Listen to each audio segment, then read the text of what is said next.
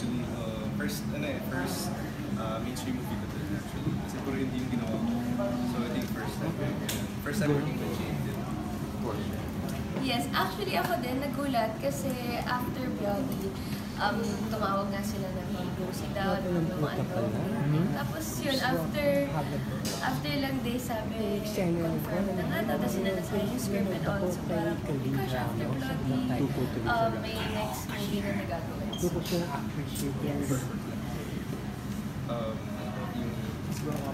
Ay, same question. Yeah.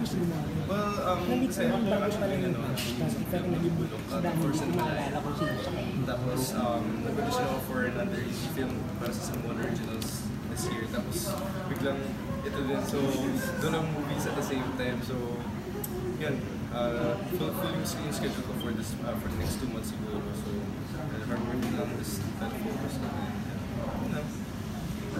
This is the first romantic film actually. Yes.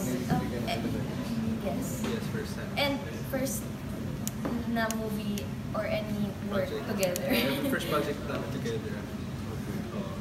PBB din siya, PBB din, pero not the same batch. So at this point in time, medyo nailang pa kayo sa isa't isa because first time na to work together. Well, we've met before. Yeah, Never but- ganun naging... So, Ano tingin mo kay Jane? ano impression mo? Well, I met her dati. Mabait siya. I met her with yung ibang friends namin. But then we never got the chance to like hang out like regularly or like go out or work in the same show. Ganun. So, buti na lang, at least I'll get to know her sa ganitong project. So, sa forest na lang kayo